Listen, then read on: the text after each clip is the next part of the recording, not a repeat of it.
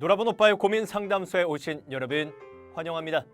오늘은 여러분들의 초미의 관심사 연애에 대한 이야기를 해보려고 합니다. 그리고 가급적 이 영상은 부모님과 함께 시청할 것을 권장합니다. 내가 아무리 여러분들에게 연애에 대해서 왈가왈부하더라도 부모님이 반대하면 그건 말짱 꽝 아니겠습니까? 그래서 부모님들도 이 영상을 보시면서 우리 아이들의 연애에 조금은 관심을 가질 필요가 있지 않을까, 애써 외면하면 안 되는 일이라는 걸 좀 알아주시길 바라는 마음에서 이 영상의 내용을 구성했으니까 여러분들이 이 영상을 통해서 더 건강한 연애를 할 수 있는 것도 연애를 할 수 있는 거지만 부모님과 소통할 수 있는 연애를 지향한다. 이 영상의 그 초점은 거기에 맞춰져 있다는 거 꼭 알아주시기를 부탁드리도록 하겠습니다. 자, 본격적인 이야기를 하기 전에 일단 여러분 이 영상에서 선생님이 궁극적으로 전달하려고 하는 이야기는 바로 뭐냐면, 연애해라, 해도 괜찮다, 여러분 나이대의 연애 그거 나쁜 거 아니다, 그걸 이야기하려고 하는데, 그런데 굳이 저는 연애할 마음이 없는데 왜 자꾸 강제로 연애를 하라고 합니까? 뭐 그렇게 생각하시는 분들에게는 여러분 절대 내가 강권할 생각은 없습니다. 강제로 권할 생각이 없단 말이야. 혹시라도 주저주저 하고 있는 사람들이 있다면 굳이 그 누군가를 좋아하는 마음을 감출 필요는 없다. 그거까지도 좀 말씀드려야 되겠습니다. 알겠죠? 그러니까 스트레스 받으면서 볼 필요가 없습니다. 난 연애 안 할 건데, 난 대학교 들어가서 연애할 건데 저 임원이 형이라는 놈이 뭘 알아가지고 자꾸 연애하라고 난리야. 그리고 여러분, 이건 뭐냐면 선생님 다이어리예요. 내가 오늘 전달할 거 하나도 빠뜨리고 싶지가 않아서 보이실란지 모르겠는데 여기 좀 적었습니다. 그러니까 내가 중간중간에 요거를 이렇게 보면서 여러분들에게 말씀을 드려도 그러려니 좀 해주시기를 부탁드리도록 할게요. 일단 이것부터 시작해 볼 필요가 있을 것 같아요. 굳이 내가 중학생인데 연애를 할 필요가 있나? 나중에 나이 들어서 어른이 돼서 그때 충분히 마음껏 할 수 있는데 굳이 그럴 필요가 있나? 라고 생각하시는 분들이 분명히 있을 겁니다. 당연히 부모님 포함하셔서. 그런데 우리 누군가를 좋아하는 마음은 여러분 본능이에요.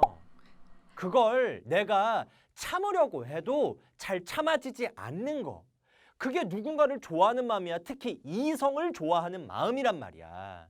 그런데 그 이성을 좋아하는 마음이 분명히 내가 생겼음에도 불구하고 난 아직 어리니까 굳이 그러한 마음 가질 필요가 없어 라면서 거부하는 거, 오히려 그게 비정상이야.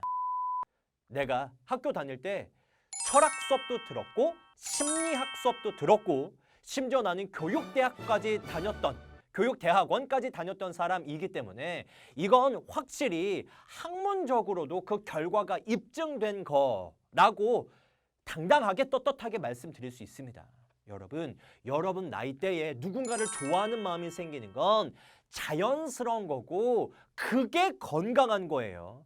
그런 마음이 생겼는데 거부해, 덮어도 그게 건강하지 않고 비정상적이라는 거 확실하게 좀 말씀드려야 되겠습니다. 그런데 앞서 선생님이 부모님 모셔와서 같이 들으라고 말씀드렸잖아요. 이런 이야기를 하면, 내가 지금까지 했었던 이야기를 들었을 때 부모님은 가장 많이 마음속에 머릿속에 걸리는 거 한 가지가 있으실 것 같아. 그게 뭐냐면 바로 공부야. 그렇죠, 부모님들. 우리 아이가 남자 혹은 여자의 이성교제에 연애에 정신이 팔려서 공부 안 할 거라고 생각하시잖아요. 그렇죠. 그런데 잠시 후에 제가 말씀드리기도 하겠지만 이 되게 재밌는 게 바로 뭐냐면, 좋아하는 마음이 생겼어. 그거는 어쩔 수 없다고 설명드렸습니다. 사람이라고 한다면 누군가를 이성을 좋아하는 마음은 당연히 생길 수밖에 없어요. 그런데 그 이성을 만나서 자신의 감정을 솔직하게 드러냈을 때 보다 좋은 컨디션을 유지할까? 아니면 내가 누군가를 좋아하는데 그것을 표현도 못하고 그냥 끙끙 앓고 있는 것이 더 좋은 컨디션을 유지할까? 그런 걸 생각을 해봤을 때 당연히 전자, 그러니까 내가 좋아하는 사람과 건강한 관계를 유지할 때 보다 나은 컨디션을 유지할 거고, 보다 나은 컨디션을 유지할 때 공부의 효율이 높아져요. 좋아하는 사람이 있는데 그 사람에게 말도 하지 못하고 고민하고 있다면 당연히 공부할 때의 집중도가 떨어질 수밖에 없습니다. 그러니까 공부에 소홀하지 않을까? 아니에요. 아닙니다. 그리고 여러분, 부모님 포함한 여러분이에요. 그리고 부모님들한테 제가 중간중간에 이렇게 반말하듯이 이야기하려는 그런 말투가 있을 텐데 그건 부모님한테 하는 이야기가 아니에요. 제가 반말하는 건 애한테 하는 이야기니까 오해 마시기를 바라고요. 제가 분명히 부모님보다 한참 동생입니다. 버릇없게 생각하시면 안 됩니다. 여기서는 교육자로서 좀 받아들여 주시기를 바라고요. 이게 무슨 말이냐면, 무슨 말을 또 하고 싶냐면, 연애가 아이들의 이성 교제가 학업에 그렇게까지 영향을 끼치지 않는다라는 그 결정적인 이유 중에 하나가 아이들이 시험 기간에는 다 공부해요. 아니 시험 기간에도 어떻게든 죽자고 내 남자친구 내 여자친구 만나지 않아요. 그러면 내 남자친구 내 여자친구를 언제 만나냐? 시험 끝나고 동성친구 만날 시간에 이성친구가 생기면 동성친구 내버려 두고 이성친구에게 가요. 아니 그거 부모님도 다 해보셨잖아요. 그리고 우리 중학생 여러분 맞잖아. 그렇잖아 얘들아. 아니 시험 끝났어. 그러면 여러분 동성친구 만나러 갈 거예요? 시험 끝난 날? 야 해방이다. 당연히 여자친구 남자친구 만나러 가죠. 그러니까 여러분들의 노는 시간이 만약에 3이라고 한다면 남자친구 여자친구가 생겨도 3만큼 놀 거야. 그런데 동성친구하고 노는 시간이 이제 1 정도로 줄어들고 이성친구 만나는 것이 나머지 2로 늘어날 거라는 거 다들 알고 계시잖아요. 그러니까 여러분들도 그렇고 부모님들도 그렇고 이성친구가 생겼을 때 내가 공부하는 시간이 더 줄어들지 않을까? 아니에요. 아니에요. 그거 걱정하지 않으셔도 되겠습니다. 자, 그리고 결정적으로 이성 교제를 굳이 거부할 필요가 없는 이유는 여러분들에게 득이 되는 게 너무나 많기 때문이에요. 심지어 3가지의 득을 드릴 수가 있습니다. 첫 번째로는 여러분 내가 사랑하는 감정이 누군가를 좋아하는 감정이 나이대마다 다 달라요. 내가 이 나이를 먹고 나서 보니까 나는 여러분 중학교 2학년 때 처음 연애다운 연애를 했거든. 새들이랑.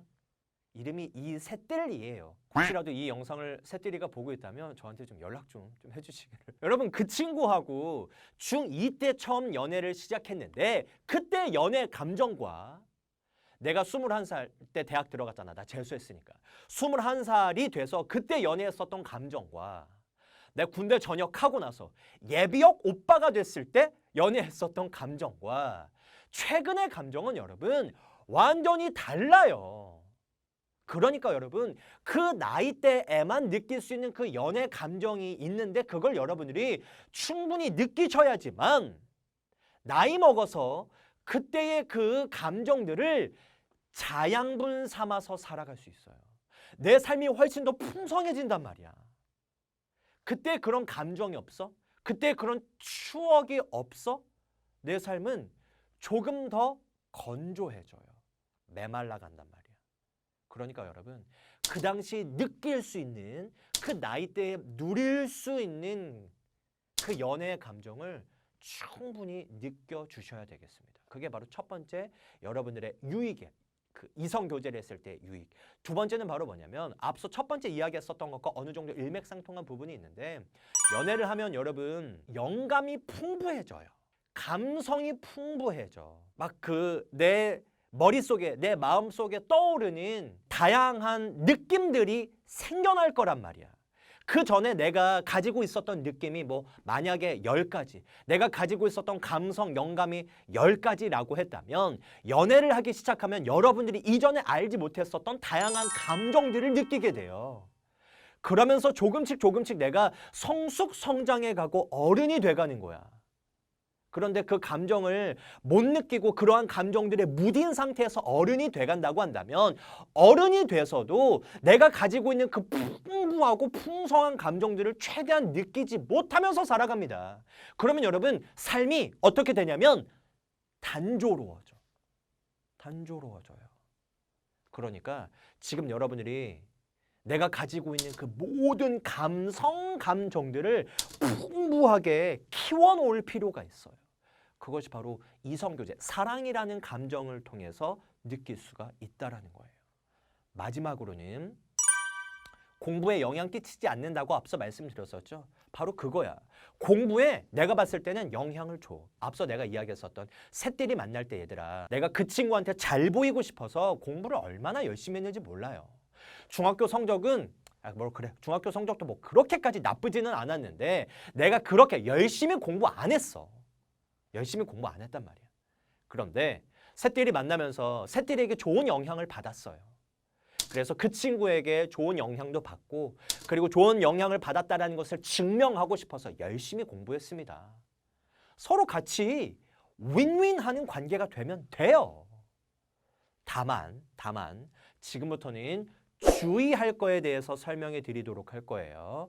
일단 첫 번째로는 여러분 은밀한 곳에 가면 안 됩니다.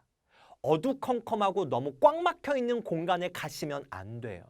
그거 약속 지킬 수 있다면 자유롭게 이성교제 하셔도 된다는 거예요. 은밀한 공간 어디가 있겠어? 노래방, 게임방, 부모님 없는 집. 부모님 있는 집은 괜찮아. 부모님이 거실에 계셔. 그런 집에 남자친구, 여자친구를 데려가는 건 괜찮아.